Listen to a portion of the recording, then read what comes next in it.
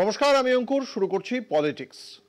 Plan ready আছে A B C D E পর্যন্ত, এরকমটাই জানিয়েছিলেন মুখ্যমন্ত্রী।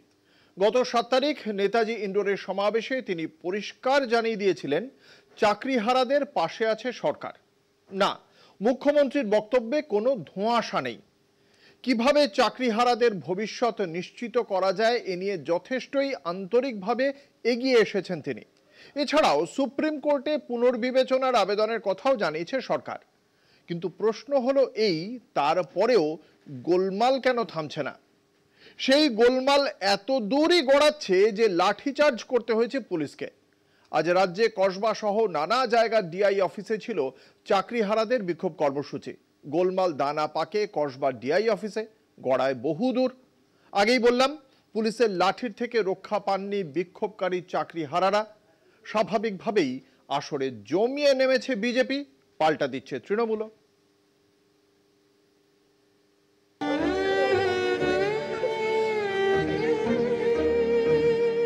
সুপ্রিম রায়ে এক লহমায় চাকরি গিয়েছে প্রায় 26,000-এর। নেতাজি ইন্ডোরে মুখ্যমন্ত্রী মমতা বন্দ্যোপাধ্যায়ের আশ্বাসে চিঁড়ে ভেজেনি একটুও। উল্টে স্বেচ্ছাশ্রম দেওয়ার পরামর্শে বেজায় চটেছেন শিক্ষক শিক্ষিকারা। বুধবার রাজ্যের বিভিন্ন জেলায় ডিআই অফিস ঘেরাও কর্মসূচির ডাক দিয়েছেন চাকরিহারা যোগ্য প্রার্থীরা। তাতেই ধরা পড়ল বিপন্নতার ছবি। এরই মাঝে তুলকালাম কাণ্ড কসবায়। স্কুল পরিদর্শকের সঙ্গে দেখা করতে মিছিল করে ডিআই অফিসের উদ্দেশ্যে আসছিলেন চাকরিহারারা। তবে ডিআই অফিসে ঢোকার চেষ্টা করতেই তাদের আটকে দেয় পুলিশ। শুরু হয় তুমুল ধস্তাধস্তি। প্রতিবাদীদের ছত্রভঙ্গ করতে চাকরিহারাদের লাঠিপেটা পুলিশের মারে গুরুতর আঘাত পান বেশ কয়েকজন।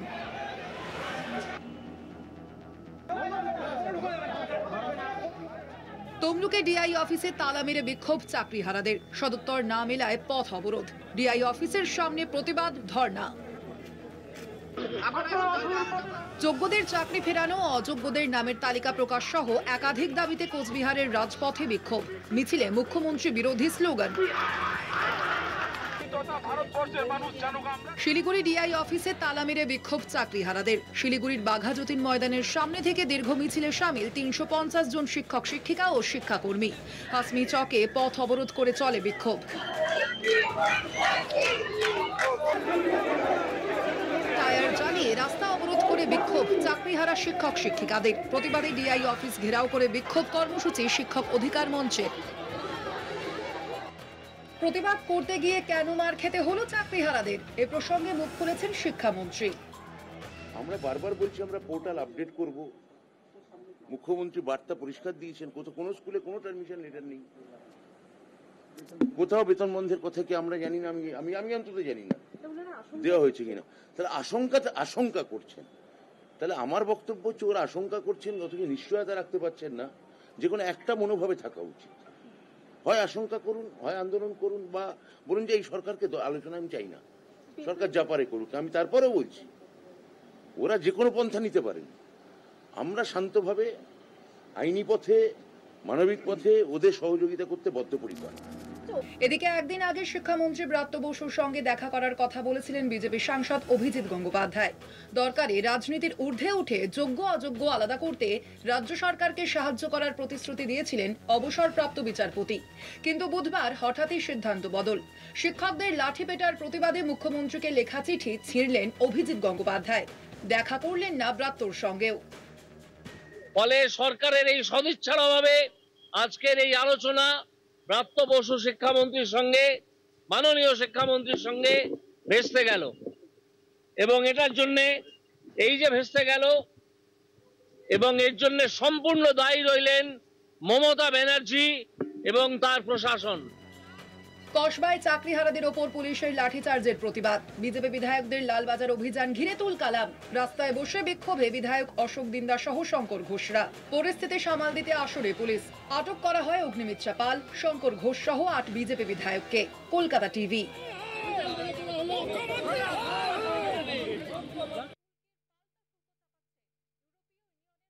সম্মেলন করেন, তার সঙ্গে ছিলেন কলকাতার পুলিশ কমিশনার মনোজ ভার্মাও। সেখানেই কসবায় তালা ভেঙে স্কুল পরিদর্শকের অফিসে ঢুকে পড়া চাকরিহারাদের ওপর হালকা বলপ্রয়োগ করা হয়েছে, একথা স্বীকার করে নেন পুলিশ কমিশনার।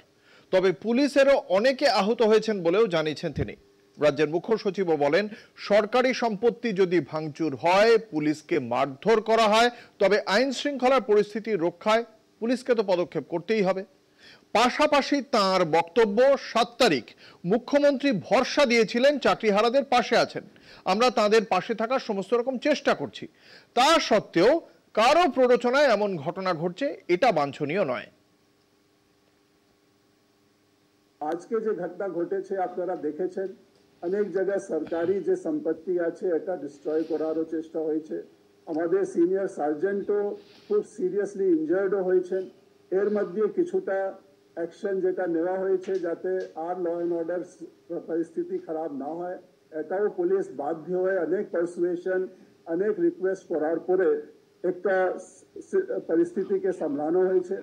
তো এটা কোনোভাবে বাঞ্ছনীয় নেই। টোটাল পিকচার আমাদেরকে নিশ্চয়ই দেখতে হবে, দ্যাট ওয়াই মানে এই পুলিশ এইরকম বাদে কেন হলো, এই পিকচারটা নিশ্চয়ই দেখার দরকার আছে। তার আগের যে ফুটেজ আছে যেখানে পুলিশের উপর অ্যাসল্ট করা হলো, ওই ফুটেজটাও দেখার দরকার আছে, দ্যাট পুলিশ এইরকম অ্যাকশন নিতে কেন বাধ্য হলো। নিশ্চয়ই যে ফুটেজ দেখানো হচ্ছে যেখানে পুলিশ একজনকে লাথি মারছে, দ্যাট ইজ নট ডিজায়ারেবল। আমি নিশ্চয়ই এটা অন রেকর্ডই বলছি, that is not desirable. Netaji ইন্ডোরের সমাবেশে চাকরিহারাদের পাশে সব রকম ভাবে দাঁড়ানোর কথা বলেছেন মুখ্যমন্ত্রী মমতা বন্দ্যোপাধ্যায়। অন্ধকার ভবিষ্যতে কিভাবে আলোর দিশা দেখানো যায় সে নিয়ে মুখ্যমন্ত্রী নানা রকম পরিকল্পনার আঁচও দিয়েছেন। একই সঙ্গে রাজ্য প্রশাসন বলছে তারা সুপ্রিম কোর্টের কাছে রায় পুনর্বিবেচনার আবেদন জানাবে। কিন্তু সুপ্রিম কোর্টে রায় পুনর্বিবেচনার ক্ষেত্রে মাপকাঠি কি? কোন কোন বিষয়গুলি খতিয়ে দেখে সিদ্ধান্তে পৌঁছন বিচারপতিরা? এসএসসি রায় পুনর্বিবেচনার ক্ষেত্রে পুনর্বিবেচনার সম্ভাবনা কতটা? আইন কি বলছে দেখুন।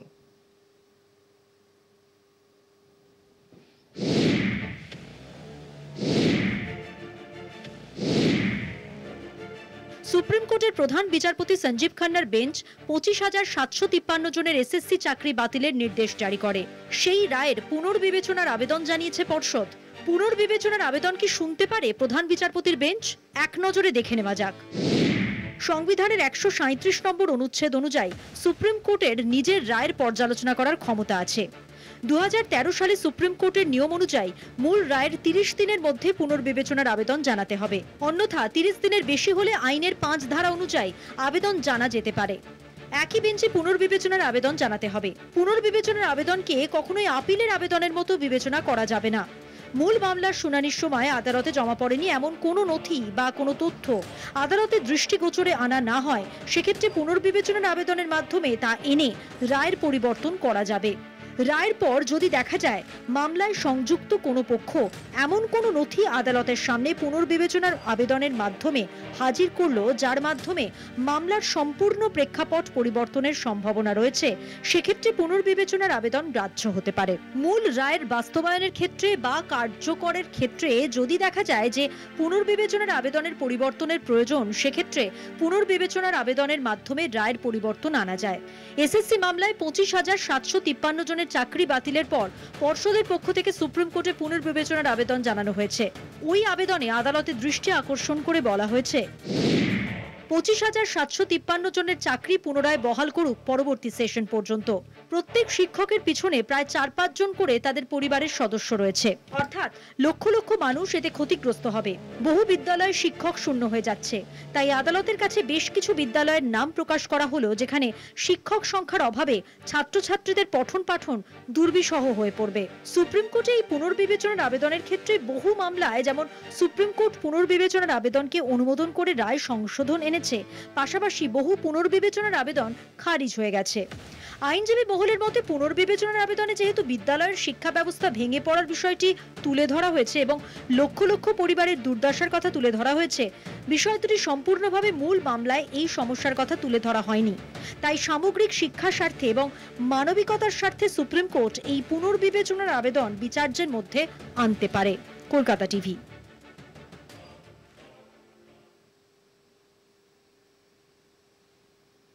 পলিটিক্সে রয়েছে আরো বেশ কয়েকটি গুরুত্বপূর্ণ খবর। একটা ছোট্ট বিরতির পর ফিরে আসছি, সঙ্গে থাকুন। ফিরে এলাম বিরতির পর। আপনারা দেখছেন পলিটিক্স, আপনাদের সঙ্গে রয়েছে আমি অঙ্কুর। একটা চেনা কথা আছে, আগে ঘর সামলা পরে পর সামলাবি। কংগ্রেসের হালাত কি এখন তাই? তা না হলে আহমেদাবাদের জাতীয় অধিবেশনে এমন অসহায় চেহারা কেন বেরিয়ে পড়ল শতাব্দী প্রাচীন কংগ্রেস দলের? দেশের বিভিন্ন প্রান্তে ছড়িয়ে থাকা কংগ্রেস কর্মীরা জানতে চেয়েছিলেন কিভাবে গেরুয়া হানাকে রুখবেন তারা। বিজেপির সঙ্গে লড়াইয়ের রোড ম্যাপ চেয়েছিলেন কংগ্রেসের সাধারণ কর্মী দল। কিন্তু হা হতশ্রী, কোথায় সেই লড়াই পরিকল্পনা? উল্টে কংগ্রেসের জাতীয় অধিবেশনে মূল আলোচনার বিষয় হয়ে উঠল কেন প্রিয়াঙ্কা গান্ধী অধিবেশনে অনুপস্থিত এই প্রশ্ন। যেন প্রিয়াঙ্কা উপস্থিত থাকলেই বিজেপির বিরুদ্ধে লড়াই শুরু হয়ে যেত এই অধিবেশন থেকেই। এভাবেই চলবে? গান্ধীরা এলো কি এলো না, এছাড়া কি বড় প্রশ্ন কংগ্রেসে আর থাকবে না কোনোদিন?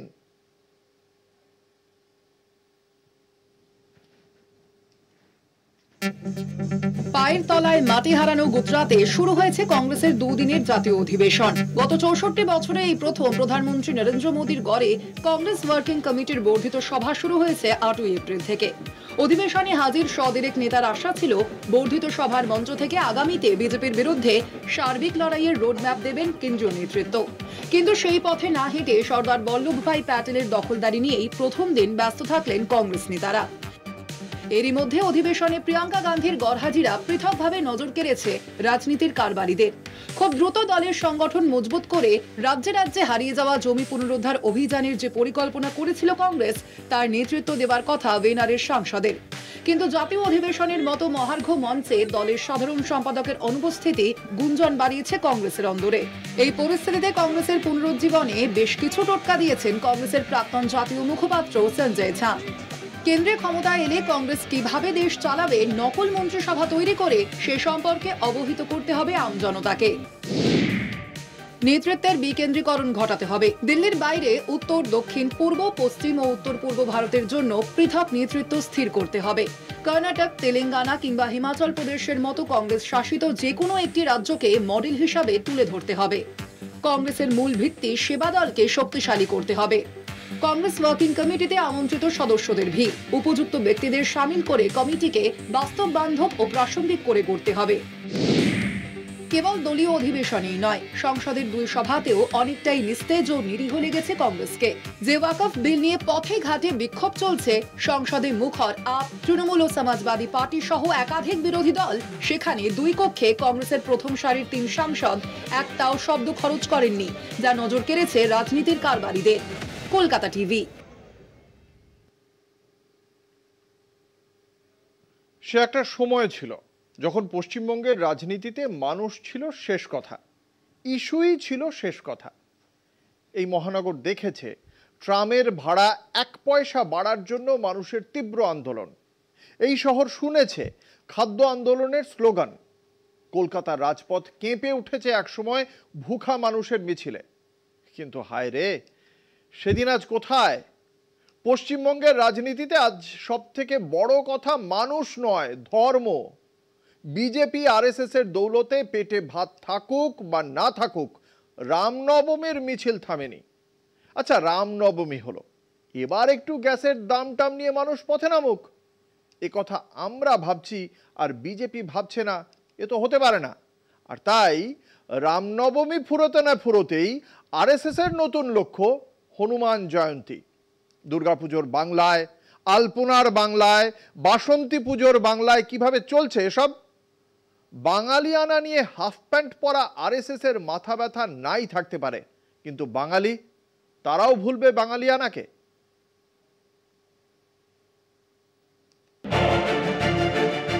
পশ্চিমবঙ্গের রাজনীতিতে ধর্মীয় উৎসব হয়ে উঠেছে এখন এক নতুন রাজনৈতিক সমীকরণ। সৌজন্যে বিজেপি ও আরএসএস। সদ্য পেরিয়ে যাওয়া রামনবমীর উৎসব ঘিরে রাজ্যে যে বিপুল জনসমাগম দেখা গেছে, তাতে রীতিমতো খুশি আরএসএস। তাদের কেন্দ্রীয় নেতৃত্বের কাছে একটি রিপোর্ট পাঠিয়ে জানানো হয়েছে এবারের রামনবমী ছিল ঐতিহাসিক। রিপোর্টে দাবি করা হয়েছে রাজ্য জুড়ে প্রায় 1.5 কোটির বেশি মানুষ রামনবমীর মিছিলে অংশ নিয়েছে। শুধুমাত্র দলীয় সমর্থকেরাই নয়, বহু সাধারণ মানুষও রাস্তার পাশে দাঁড়িয়ে মিছিলকে স্বাগত জানিয়েছেন। এমন দৃশ্য নাকি এর আগে রাজ্যে রামনবমীকে ঘিরে দেখা যায়নি। এই রিপোর্টে আরও উল্লেখ করা হয়েছে, বহু জায়গায় রাজ্যের শাসক দল তৃণমূল কংগ্রেসের নেতা, মন্ত্রী এবং কর্মীরাও রামনবমীর মিছিলে অংশ নিয়েছেন কিংবা নিজেরা আলাদা মিছিলের আয়োজন করেছেন। রাজনৈতিকভাবে এটা একটি বিরাট জয় বলে মনে করছে গেরুয়া শিবির। কারণ ধর্মীয় উৎসবকে রাজনৈতিক রং দিতে সমর্থ হয়েছে আরএসএস। ধর্ম আর রাজনীতিকে মিশিয়ে দেওয়া বা পশ্চিমবঙ্গের মাটিতে রাজনীতির গেরুয়াকরণ করার দীর্ঘদিনের প্রচেষ্টায় প্রথমবার বিপুল সাফল্য পেল বিজেপি আরএসএস। আর এই আত্মবিশ্বাস ফিরে পেয়েই নতুন টার্গেট নিয়েছে রাষ্ট্রীয় স্বয়ংসেবক সংঘ। এবার লক্ষ্য হনুমান জয়ন্তী। বিজেপি, আরএসএস এবং বিশ্ব হিন্দু পরিষদ যৌথভাবে এই উৎসবকে ঘিরে বড় আয়োজন করতে চলেছে। সূত্রের খবর, আগামী 12 এপ্রিল কলকাতার রেড রোডে হনুমান জয়ন্তীর প্রধান উৎসবের আয়োজনের পরিকল্পনা নেওয়া হয়েছে। দুপুর 1টা থেকে বিকেল 5টা পর্যন্ত চলবে মূল অনুষ্ঠান। শহরের বিভিন্ন প্রান্ত থেকে মিছিল এসে মিলিত হবে রেড রোডে। সেনাবাহিনীর কাছ থেকে ইতিমধ্যেই অনুমতি মিলেছে, এখন অপেক্ষা কলকাতা পুলিশের ছাড়পত্রের। কিন্তু হঠাৎ রেড রোড কেন? ঈদের সময় রেড রোডে নামাজ পড়া বহুদিনের রীতি। এবার তাই রেড রোডকেই পাখির চোখ করতে চাইছে আরএসএস। কার্যত ধর্মীয় প্রতিদ্বন্দ্বিতার বার্তা দিতেই রেড রোড বেছে নেওয়া হয়েছে বলে অভিমত রাজনৈতিক মহলের। রামনবমীর সাফল্য দেখে উৎসাহিত গেরুয়া শিবির এবার হনুমান জয়ন্তী ঘিরেও বড়সড় বার্তা দিতে চাইছে। হিন্দুত্বের উত্থান শুধু ধর্মীয় নয়, রাজনৈতিক শাসন কাঠামোর প্রতিও একটি স্পষ্ট ইঙ্গিত। তবে এই পরিস্থিতি নিয়ে রাজনৈতিক চাপানোতর শুরু হয়েছে। শাসক দল এখনো পর্যন্ত এই বিষয়ে সরাসরি মুখ না খুললেও প্রশাসনের ভূমিকা ও পুলিশের অনুমতির বিষয়ে নজর রাখছে। রামনবমীর পর এবার হনুমান জয়ন্তী। গেরুয়া শিবিরের রোডম্যাপ কি বাংলার রাজনীতিকে নতুন মোড়ে নিয়ে যাবে? প্রশ্ন উঠছে বিভিন্ন মহলে। বাংলার মাটিতে ধর্মীয় রাজনীতির নজির নেই, কিন্তু এবার রাজনীতির গেরুয়াকরণের যে ট্রেন্ড দেখা দিচ্ছে তা কি পশ্চিমবঙ্গের রাজনীতির জন্য স্বাস্থ্যকর? কলকাতা টিভি।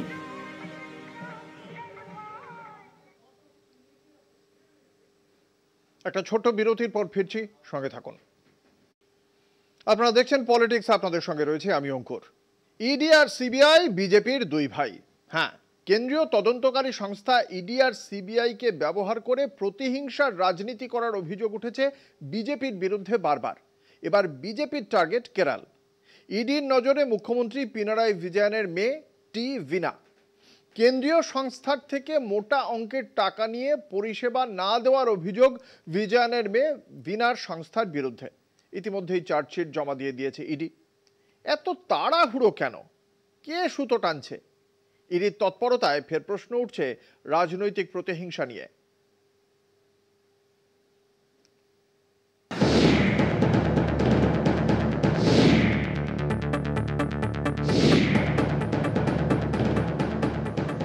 কেরলে বিধানসভা নির্বাচনের 1 বছর আগে চাপে মুখ্যমন্ত্রী পিনারাই বিজয়ন। মেয়ে টি ভিনার বিরুদ্ধে বেআইনি পথে অর্থ লেনদেনের অভিযোগ। তার বিরুদ্ধে চার্জশিট পেশ করেছে কেন্দ্রীয় সরকারের তদন্তকারী agency serious fraud investigation office. T ভিনার বিরুদ্ধে ইডি তদন্তের অনুমতি দিয়ে দেওয়ায় তার জেল যাত্রার সম্ভাবনা তৈরি হয়েছে। টি ভিনা বিজয়নের মেয়ে হওয়ার পাশাপাশি কেরলের মন্ত্রী মোহাম্মদ রিয়াজের স্ত্রীও। কেরলের সিপিএম মুখ্যমন্ত্রী পিনারাই বিজয়নের মেয়ের বিরুদ্ধে অভিযোগ, গত 3 বছর ধরে তিনি মাসিক কিস্তিতে মোট 1,72 লক্ষ টাকা নিয়েছেন কেন্দ্রীয় সংস্থা কোচিন মিনারেলস অ্যান্ড রুটাইলস লিমিটেডের কাছ থেকে। ওই সংস্থাকে মার্কেটিং, তথ্য প্রযুক্তি এবং সফটওয়্যার পরিষেবা দেওয়ার বিষয়ে চুক্তিবদ্ধ হয়েছিলেন বিনার সংস্থা এক্সালিক সলিউশন। আয়কর দপ্তর জানিয়েছে, বিপুল টাকার বিনিময়ে কোনো পরিষেবাই দেননি বিনার সংস্থা। বিনার সংস্থাকে টাকা দেওয়ার বিষয়টি নিশ্চিত করেছেন সিএমআরএল এর ম্যানেজিং ডিরেক্টর। সিপিএমের দাবি, পিনারাই কন্যার বিরুদ্ধে তোলা অভিযোগ রাজনৈতিক উদ্দেশ্য প্রণোদিত। আসলে বছর ঘুরতেই কেরলে বিধানসভার ভোট, দলে বয়সের ঊর্ধ্বসীমায় ছাড় দিয়ে টানা দুবারের মুখ্যমন্ত্রী পিনারাইকে ফের দলের মুখ করে বিধানসভা ভোটে লড়াইয়ের প্রস্তুতি নিচ্ছে সিপিএম। এই সময় বিরোধীরা মুখ্যমন্ত্রীর বিরুদ্ধে কাদা ছোড়ার চেষ্টা করছে বলে অভিযোগ সিপিএমের। পরিষেবা না দিয়েই কিভাবে মুখ্যমন্ত্রীর মেয়ের কোম্পানি প্রায় 2 কোটি টাকা পেয়ে গেল তা নিয়ে তদন্ত শুরু করে এসএফআই। ইতিমধ্যেই তারা কোচি আদালতে চার্জশিট জমা করেছে। এরপরই সক্রিয় হয় ইডি। অবিজেপি রাজ্যগুলিতে ভোটের আগেই কেন ইডি সিবিআই সক্রিয় ভূমিকা পালন করছে তা নিয়েও শুরু হয়েছে তরজা। রাজনৈতিকভাবে কেরলে জমি তৈরি করতে না পেরে কেন্দ্রীয় এজেন্সির অপব্যবহার করে মুখ্যমন্ত্রীর উপর চাপ সৃষ্টির চেষ্টা করছে বিজেপি। বাংলা, তেলেঙ্গানা, তামিলনাড়ুর পর কেরলেও এবার কেন্দ্রীয় এজেন্সির অতি সক্রিয়তা চোখে পড়ার মতো। কলকাতা টিভি।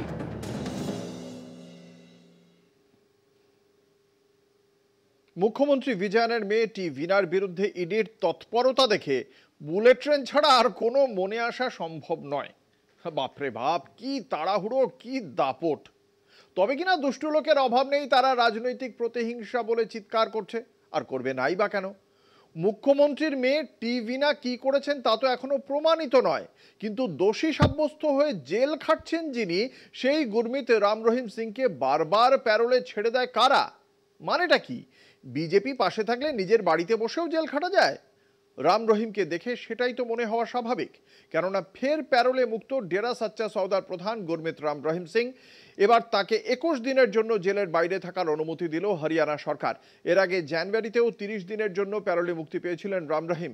2024 সালের 20 জানুয়ারি থেকে এখনো পর্যন্ত মোট 142 দিন প্যারোলে মুক্তি পেয়ে জেলের বাইরে ছিলেন। 5 বার প্যারোলে তার মুক্তি হয়েছে। 2020 সাল থেকে এখনো পর্যন্ত 13 বার মুক্তি পেয়েছেন এই রাম রহিম। এই নিয়ে মোট 326 দিন জেলের বাইরেই কাটিয়েছেন রাম রহিম। 2002 সালে ডেরার সচ্চার সওদার রঞ্জিত সিং এর খুনের মামলায় বেকসুর খালাস পান রাম রহিম। তবে আশ্রমের ভেতরে 2 শিষ্যাকে ধর্ষণের অভিযোগে 2017 সালে নিম্ন আদালত 20 বছরের সাজা দিয়েছে এবং সেই সাজাই খাটছেন ডেরা প্রধান। বর্তমানে রোহতাকের সুনিয়া জেলই তার ঠিকানা। কিন্তু বারবার কেন প্যারোল মুক্তি রাম রহিমের? লোকসভা নির্বাচনের আগেও দফায় দফায় প্যারোল মুক্তি দেওয়া হয়েছিল এই রাম রহিমকে।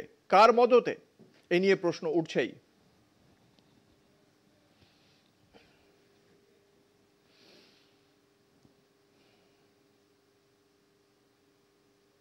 যে শব্দগুলো শুনলে আমাদের সভ্যতায় ধাক্কা লাগে তারই একটা হলো ধর্ষণ। কিন্তু কাকে বলবো ধর্ষণ? এ নিয়ে মাথা ঘামালো খোদ সুপ্রিম কোর্ট।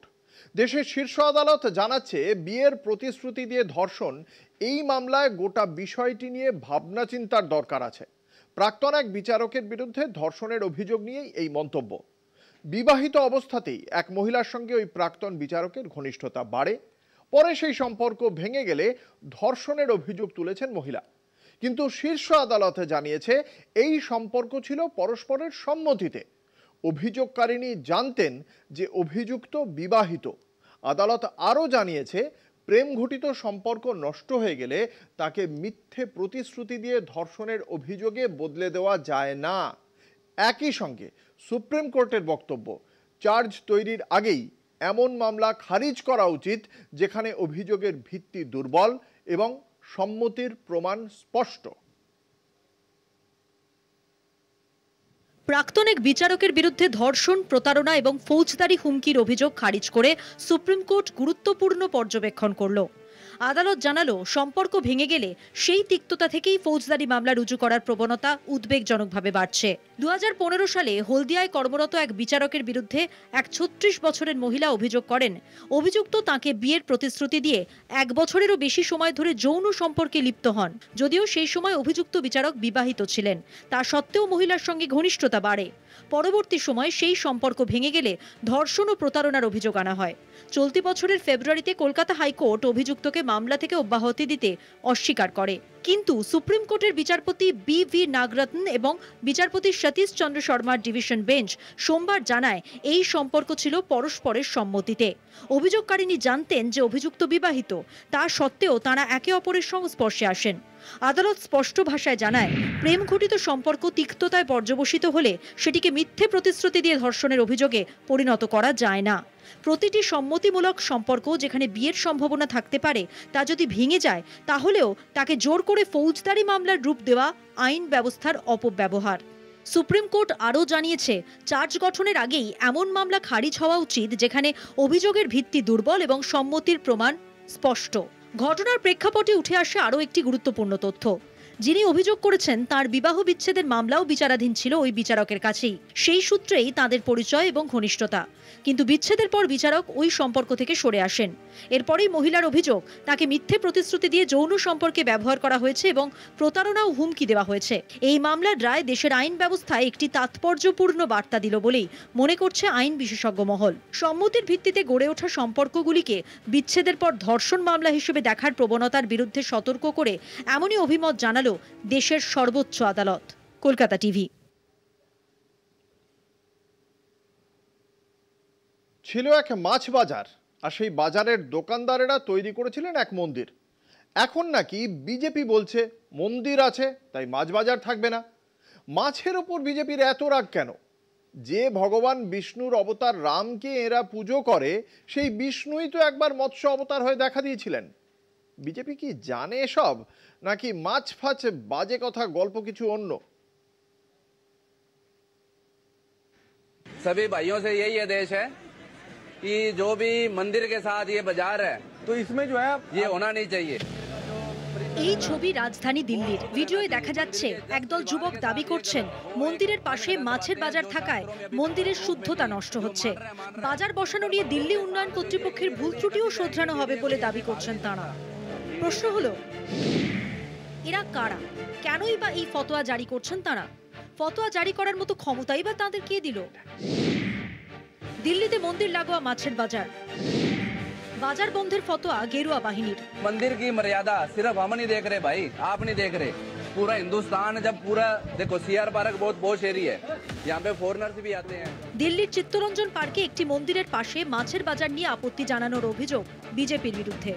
एकटी भिडियो पोस्ट करे तृणमूल सांसद महुआ मैत्रेर दाबी, बीजेपीके भोट दिले कि हय सेटा दिल्लीर मानुष हाड़े हाड़े बुझछे। चित्तरंजन पार्केर बांगाली माछ बिक्रेतादेर भय देखिए बीजेपी गुंडारा दोकान बंध कराচ্ছে, অথচ বাজার লাগোয়া মায়ের মন্দিরটি এই বাজার ব্যবসায়ীদের নির্মিত। বাংলায় বিজেপি এলে বাঙালির কি দশা হবে দেখুন। রাজধানীর বাসিন্দারা কবে কি খাবেন তা নিয়ে খবরদারি শুরু গেরুয়া শিবিরের। দিল্লির চিত্তরঞ্জন পার্ক বাঙালি অধ্যুষিত এলাকা, সেই জন্যই কি শুরু হয়েছে শাসক শিবিরের হম্বিতম্বি? মহুয়ার ভিডিওয় তোলপাড়, फेक वीडियो पाल्टा बीजेपी। मंदिर का जो परिषद है ना वो शुद्ध रहना चाहिए, मंदिर के जस्ट दीवार के साथ ये गलत है, तो यही कहते हैं ना। মহুয়া মৈত্রের এই ভিডিও ঘিরে শুরু হয়েছে রাজনৈতিক তরজা।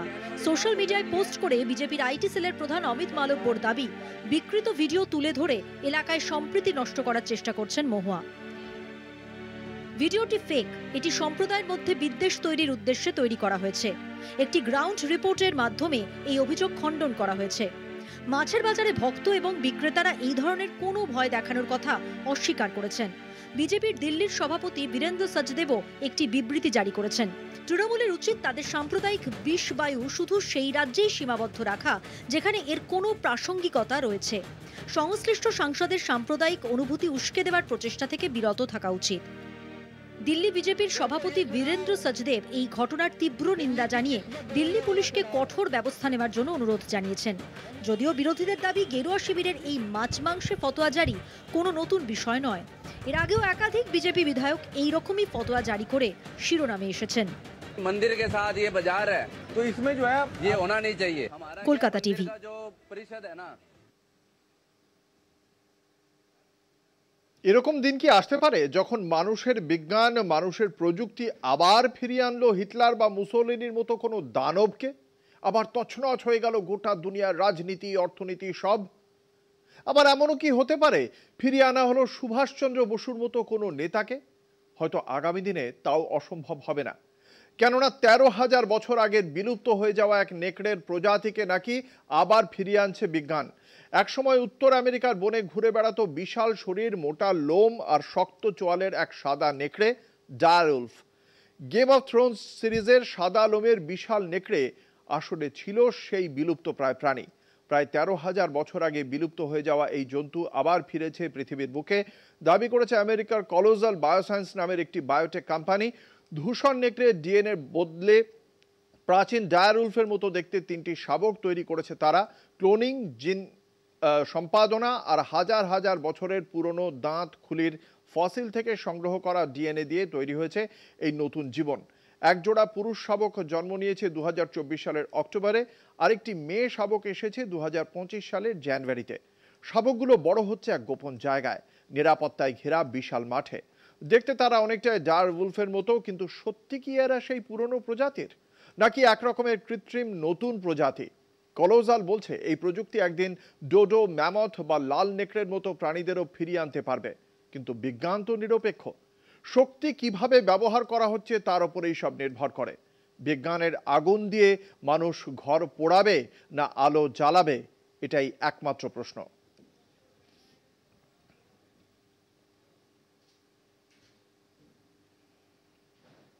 পলিটিক্স আজ এ পর্যন্তই। দেখতে থাকুন কলকাতা টিভি, রাত দিন 7 দিন।